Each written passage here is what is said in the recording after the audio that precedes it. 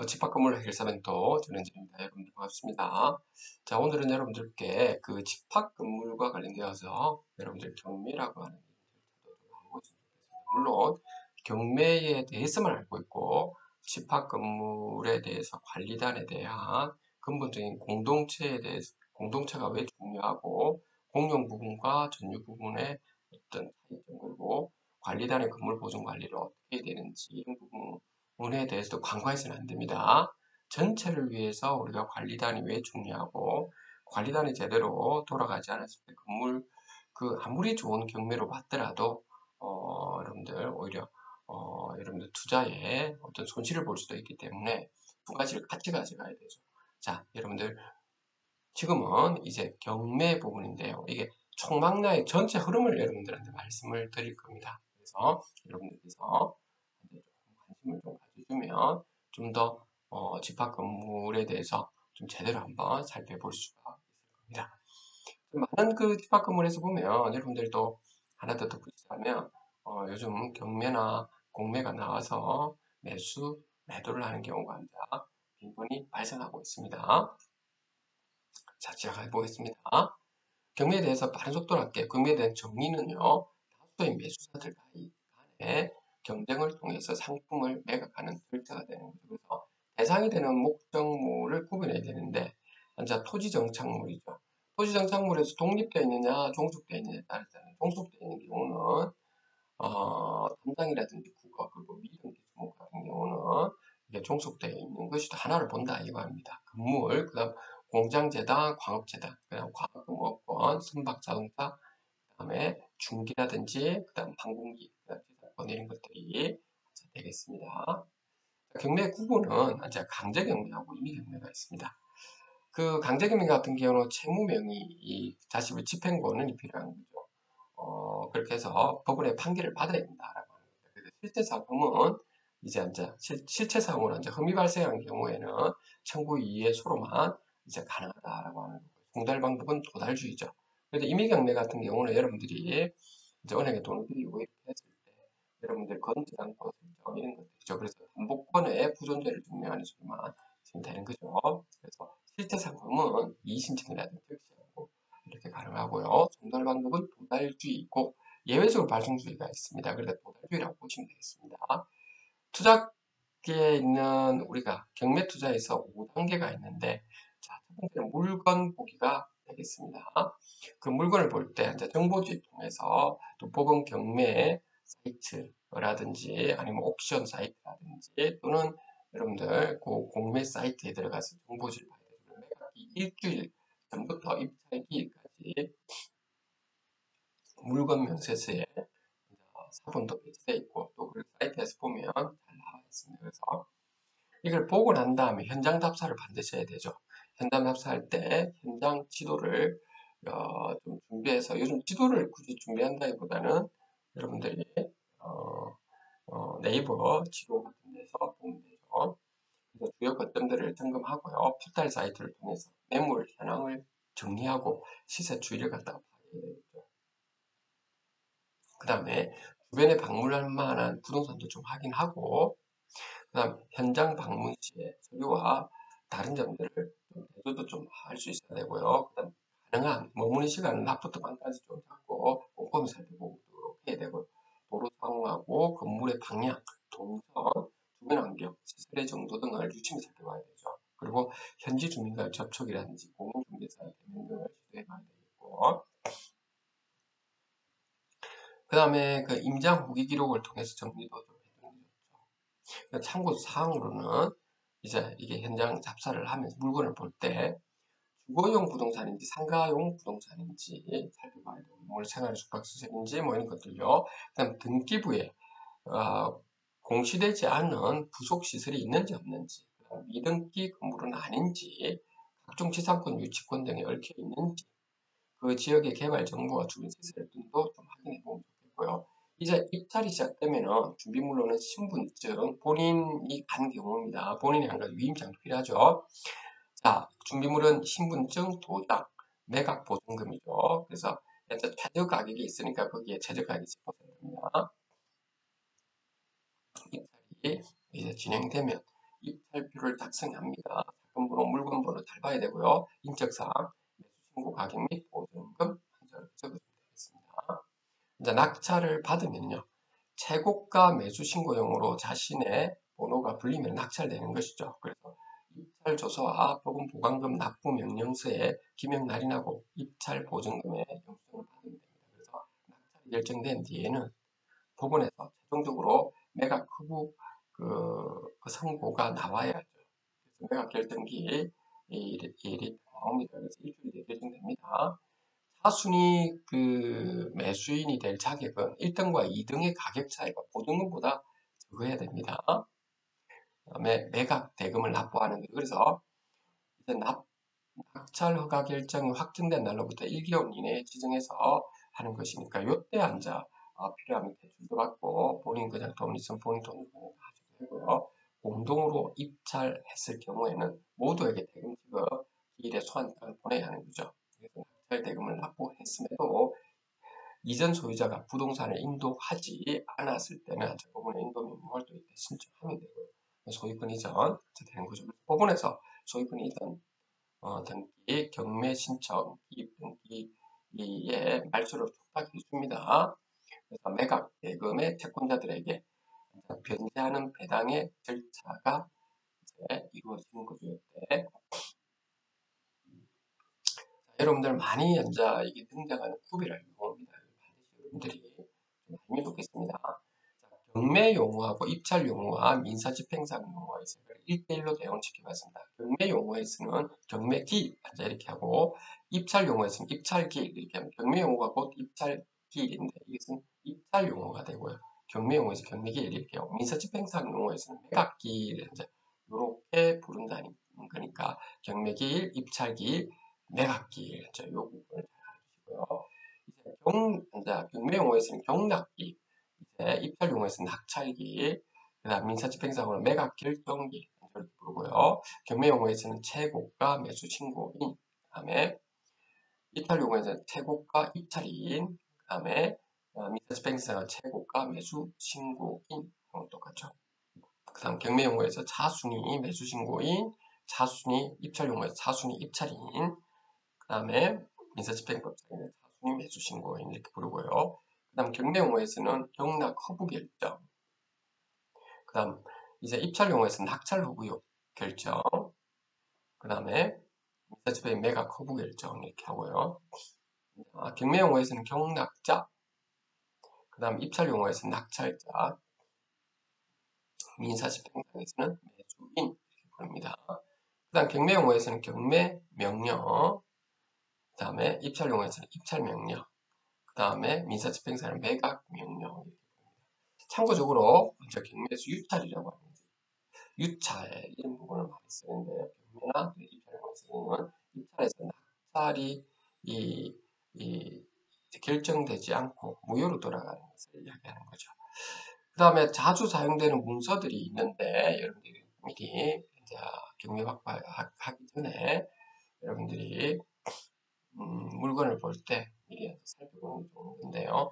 시군구청에는 토지 이용 계획 확인서가 있는 것이죠. 이거는 그 땅에 속한 용도 지역과 그다음 도시 계획 위반 사항이라든지 도시계획 시설 전통 여부라든지 토지거래 규제 사항들을 볼 수가 있다라고 합니다. 그다음에 지적도 임야도 이것도 마찬가지죠. 땅의 지목, 땅의 모양, 면적, 경계들을 알 수 있고요. 토지대장 임야도 대장 같은 경우 토지 지번, 면적, 지목, 소유자, 지득일, 공시지가 등을 알 수 있죠. 건축물 대장은 건물의 규모, 구조, 용도, 소유주, 준공일 되니까 이 네 가지를 반드시 여러분들이 미리 떼가지고 한번 살펴보는 게 좋고요. 그 다음 등기소에는 토지 및 건물 등기부 등본이죠. 그 부동산의 표시 소유권, 그 건축물 대장 이름을 하겠죠. 토지 및 건물 등기부 둘 다 떼봐야 되는 거죠. 그래서 이제 기타 권리사항도 집합 건물은 그냥 건물만 있는 거고요. 일반 건물들은 토지하고 다 떼야 됩니다. 동사무소 같은 경우는 공시지가 확인서, 행정부에서 발표하는 각 땅의 공시지가가 나와 있습니다. 반드시 미리 살펴보는 게 좋고, 국토계획에 따른 땅의 구분인데 이거는 이제 지식적인 자원을 잘 알아두는 게 좋습니다. 이게 자주 등장하는 용어입니다.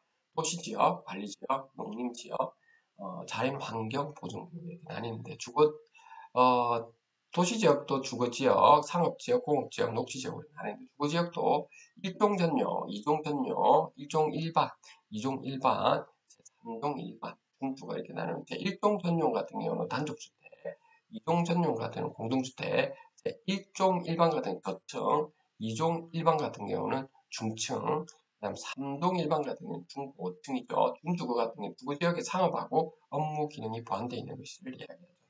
상업지역에서는 중심상업, 일반상업, 근린상업, 유통상업 이렇게 좀 나뉘는데 중심상업 같은 경우는 도심, 부도심 상업 업무 기능이 확충되어 있는 거고 일반상업 같은 경우 일반적인 상업이라든지 업무 기능을 담당하는 거 근린상업 같은 경우 근린지역의 일용품이라든지 서비스 공급이죠. 유통상업 같은 경우 도시 내 및 지역 간의 유통 기능의 정지를 위해서 있는 거죠. 공업지역 같은 경우는 전용공업과 일반공업, 중공업 이렇게 나뉘는데요. 전용공업은 중화학공업이라든지 공해성공업을 수행하는 경우고 일반공업은 환경을 제하지 않는 공업을 배치죠. 그리고 중공업은 경공업 수행 및 수상 업무 기능의 보완으로 있는 거죠. 자, 녹지지역 같은 경우는 보존 녹지, 생산 녹지, 자연 녹지가 있습니다. 보존 녹지는 도시의 자연환경 경관 산림이라든지 녹지 공간을 보존하기 위해 생산 녹지는 농업진 생산을 위해서 개발을 유보하는 것이고 자연 녹지는 보존 필요 지역 제한적 개발을 허용하는 것이죠. 자, 관리 지역 같은 경우도 보존 관리, 생산 관리, 계획 관리가 있는데 보존 관리는 보존이 필요한 자연환경 보존 지역으로 지정이 곤란한 경우죠. 생산관리, 농업임업, 업 생산 등을 위해서 관리가 필요하나 농업지역으로 지정이 곤란한 경우고 계획관리는 도시지역 편입이 예상되고 계획 체계적으로 관리가 필요할 때 사용합니다. 농림지역은 농림업 진흥과 산림 보존을 위해서 필요합니다. 자연환경 보존 지역은 자연환경 보존과 수산자원의 보호 필요인데 근데 이런 것은 여러분들한테 지식적인 자원인데 이 부분에 한해서 근데 실질적으로 경매 들어갈 때는 이렇게 보면 좋습니다. 경매인 인도로 보는 땅의 구분은 그냥 도시지역, 권리지역, 농림지역, 자연환경보존 지역으로 나눠서 도시지역은 도시지역은 건물 건축의 허용 모두가 다 가능한 것 중에 좋은 것도 따봉이라는 겁니다. 관리지역 부분에서는 도시지역의 인구와 산업을 수용하기 위한 지역으로 도시에 좀 준하는 것인데 계획관리지역은 이제 건물 건축에 허용된 계획관리지역은요. 그걸 한번 좀 다른 거죠. 근데 보존관리지역인 집만 허용된다는 것보다는 좀 못하다 이렇게 보시면 되죠. 농림지역은 농사 짓는 땅에 건물 건축은 허용되죠. 자연환경 보존 지역이 그린벨트를 하죠. 우리가 건물 건축 허용 불가하는 것입니다. 땅값에 싸다 이렇게 보시면 되겠습니다. 그래서 이게 꼭 안 좋다고 볼 수는 없는 것이나 뒤에 한번 봅시다. 도로 부분입니다. 도로. 고속도로 같은 경우는 여러분들 동쪽과 서쪽을 연결하는 이 고속도로 끝자리가 우리 표지판 끝자리에 0번이 붙어 있습니다. 끝자리가. 그리고 남북으로 연결된 끝자리는 5번이 되겠습니다. 일반 국도 같은 경우는 동서방향으로는 우리가 짝수 한 자리 또는 두 자리로 표기되어 있고요. 남북 방향으로는 국도는 홀수로 표현되어 있습니다. 그 다음에 특별시도, 광역시도 도로도 있고 국가 지원 지방도도 있습니다. 이거는 지방 도로지만은 국가에서 건설한 도로국도와 같은 두 자리 숫자를 사용합니다. 그 다음 지방도는 4자리 혹은 4자리로 표현을 하죠. 시도, 군도, 구도 이렇게 도로들이 이렇게 되는 것도 참고를 하고 있어야 됩니다. 자, 부동산이 가지고 있는 권리는 또 소유권, 구리점유권, 용익물권, 담보물권 이렇게 있죠. 자, 용익물권은 사용할 수 있는 물건이다 이런 건데 이게 전세권이 있고 지상권, 지역권이 있죠. 지역권을 우리 지상권 가지고 우리 다 알 테고 이제 지역권도 우리가 어떤 다른 사람한테 이 부분만 빌려서 이제 길을 사용할 수 있는 권리를 지역권 이렇게 생각하시면 되겠습니다. 담보물권 같은 경우는 저당권, 이제 유치권이 이렇게 있게 되죠. 그다음 그러니까 권리 분석을 할 때 굉장히 중요한 부분인데요. 이제 권리 분석할 때 말소 기준 권리라는 말이 있습니다. 그래서 그 부동산에 존재하던 권리가 소멸을 하는지 아니면 그대로 남아서 낙찰자에게 인수가 되는지를 가늠하는 권리를 말소 기준 권리라고 하는 겁니다. 예외적인 거는 유치권이 있게 됩니다. 유치권. 그리고 유치권만 이렇게 생각하시면 되고, 대항력 중에서는 여러분들 임차인이 전입과 동시에 확정 일자를 받고 배당 청구를 하는 경우에는 보증금 인수하지는 않지만, 그렇지 않을 때는 우선 변제 권리인 것들도 살펴봐야 되는데, 유치권만 할 때 생각해서 말씀 기준 권리가 어디까지인지. 자, 6가지가 통상적으로 있는데, 그러니까 여러분들 등기부를 떼보시면 저당권이 있느냐, 그 기준, 그 위에 거는 우리가 인수해야 된다는 겁니다. 인수해야 된다. 그러니까 근저당권이 있다든지, 또 압류라든지 가압류, 담보가 등기, 강제경매 개시, 결정 등기 이런 것들이 있게 되면 그걸 기준으로 해서 있죠. 위에 부분은 우리가 인수해야 되고 밑에 거는 말소가 된다. 이제 이렇게 보시면 되겠습니다. 쉽게 말해서 이게 등기부에 있는 현황을 볼 때 말소 기준 권리 중에서 위에 6가지가 보이면은 그 권리를 기준으로 해서 아래에 나오는 권리는 낙찰이 되는 순간 사라진다라고 하는 것이고요. 반면에 말소 기준 권리보다도 앞서는 권리가 있을 때는 낙찰자는 그 권리까지도 인수해야 된다라고 하는 것이죠. 자, 경매에서의 또 세금 부분도 우리가 좀 묻지 못하죠. 그 취득세 세율인데 여러분들이 이렇게 다 나와 있으니까. 근데 전체 카테고리만 내가 좀 보려고 하는 겁니다. 취득세 세율에서 취득원인이 무엇인가라고 하는 게 매매였느냐, 정년지, 상속인지, 승속인지 봐야 되고, 매매 같은 경우는 취득 물건이 어떤 물건이냐, 그한 주택만 취득한 거냐, 두 주택, 세 주택이냐, 네 주택 이상이냐, 법인 취득 주택이냐, 그 다음에 농지냐, 그 외 부동산이냐에 따라 가지고 취득세율이 달라지고, 정자 같은 경우도 취득물건이 주택이냐, 그 외 부동산에 이렇게 카테고리가 나뉘고요. 상속 같은 경우 취득 물건은 주택과 농지, 그 다음에 그 외 부동산을 이렇게 세 가지로 나뉘고, 신축 같은 경우는 취득 물건은 주택과 그 외 부동산을 이렇게 나뉜다는 겁니다. 그리고 양도소득세에 대한 기본세율인데요. 이거는 과세표준이죠. 과세표준은 세율하고 누진공제액 이렇게 나뉘게 되죠. 그 다음 보유기간이 어떻게 되느냐, 분양권, 또 요거는 별도로 한 세대 2주택 이상인지, 한 세대 3주택 이상인지, 비사업용 토지인지, 미등기 양도자산인지 기타자산인지에 따라서 세율이 달라지게 되는 겁니다. 자, 실전적인 상황인데요.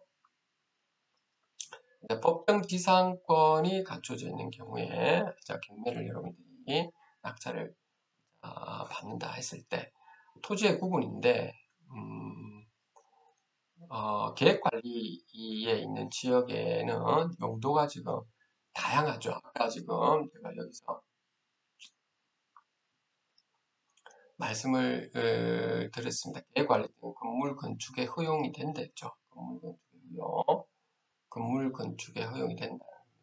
그래서 이제 이런 경우, 그래서 용도가 다양하고 건물도 땅 평수에 비례해서 40%까지 건축이 가능하다는 거죠. 그래서 토지 구분을 여러분들 정확하게 이게 계획관리지역인지 생산관리지역인지 보존관리지역인지 라고 하는 거예요. 아까 제가 말했던 이거를 이렇게 도시관리, 농림 이렇게 지금 나눠서 보자라고 하는 거예요. 국토부에서는 나와 있는 것은 이제 이렇게 또 나뉘게 되죠. 이 부분을 먼저 잘 보시라는 겁니다. 그래가지고 이제 경매를 할 때 경매 실행이 이제 저당권, 근저당으로 이루어진 것이 아니다는 거죠. 그리고 토지 위에 있는 건물의 가치가 좀 상당해야 한다는 거. 그 다음에 강제경매로 실행된 경우, 예를 들어 가압류 예외사항이 발생할 수 있음을 주의해야 된다. 그래서 아까 임의경매가 되어 있는 것만 여러분들이 법정지상권에 대해서는 실제로 여러분들이 법정지상권이 없는 가능성이 실제 많다라고 하는 겁니다. 왜냐하면은 은행에서 이렇게 자금을 빌려줄 때, 만약에 그 자금을 빌려줄 때도 처음에 토지만 있는 경우에 그걸 다 이렇게 빌려주거나 아니면 토지와 건물이 있는 경우에 한꺼번에 다시 토지만 이렇게 별도 뭐 담보를 잡아가 하는 경우는 드물기 때문이죠. 그래서 여러분들이 이런 부분은 잘 한번 봐두면 되겠고요. 유치권 같은 경우를 행사하는 사람들이 있는데 이런 부분에 대해서도 실제로는 그 유치권이 안 되는 경우도 있는데도 억지로 이렇게 하는 경우가 있습니다. 그래서 이때는 형사고발은 먼저 하고요. 그 다음 점유자를 확인해야 되는데, 유치권자가 대금을 납부받지 못한 그날부터 계속돼야 하는데, 그렇지가 않고, 이제 낙찰을 받은 뒤에 이제 그때서 부랴부랴 가면 이제 행사하는 경우 유치권에 성립이 안 되는 거죠. 그러니까 유치권 권리 신고 서류를 잘 또 분석해 봐야 됩니다. 날짜, 도자, 인적 사항이나 금액을 위조할 가능성이 꼼꼼히 살펴봐야 되는 거죠. 그래서 공사가 중단된 건물들을 좀 봤을 겁니다. 건물에 대한 철거인데요. 미완성 건물이기 때문에 경매시장에 토지만 나온 경우가 대부분이죠. 그래서 오히려 싼값에 낙찰을 받을 수가 있죠. 유치권자와 낙찰자는 상관없는 그 관계가 되기 때문에 낙찰자는 땅만 매입했기에 건물주에 대해서 철거 명령하면은 철거가 되고 동시에 유치권이 행사가 될 수 있는 것이죠.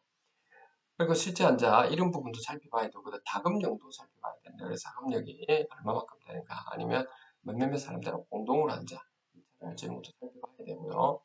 공유 지분을 조금 잘 활용을 또 해야 되는데 재개발 지역인지 재건축 지역인지 뉴타운 지역인지 각종 개발 지역인지 이런 부분요. 그래서 공유 지분이라도 한번 잘 살펴보셔가지고 그게 좋다면 활용할 수가 있는 거죠. 그게 그리고 꼬부랑 길이라 하더라도 있죠. 지구 단위로 도로가 지구 단위 계획으로 구역인지 아니면 1년 전에 군 협의가 좀 이루어졌는지 저 시장에서 토지 이용 계획 확인서 보류하고 있는 건지 아니면 어떻는지를 살펴보시고 이 토지가 뭐 토지 신탁 주식에서 소유인지 아닌지 토지 모양이 또 어떻는지 이런 것도 살펴보면 좋죠. 그리고 맹지라고 해서 꼭 안 좋은 건 아니고요. 현장에 직접 살펴보고요. 맹지 주변에 지적도를 몽땅 살펴봐야 되고요. 그 다음에 토지와 내가 본 맹지 사이의 땅이 국가 소유의 땅인지, 그러니까 그 맹지 옆에 있는 대부분의 땅들이 그 국가 소유의 땅인지를 한번 잘 살펴보셔야 합니다.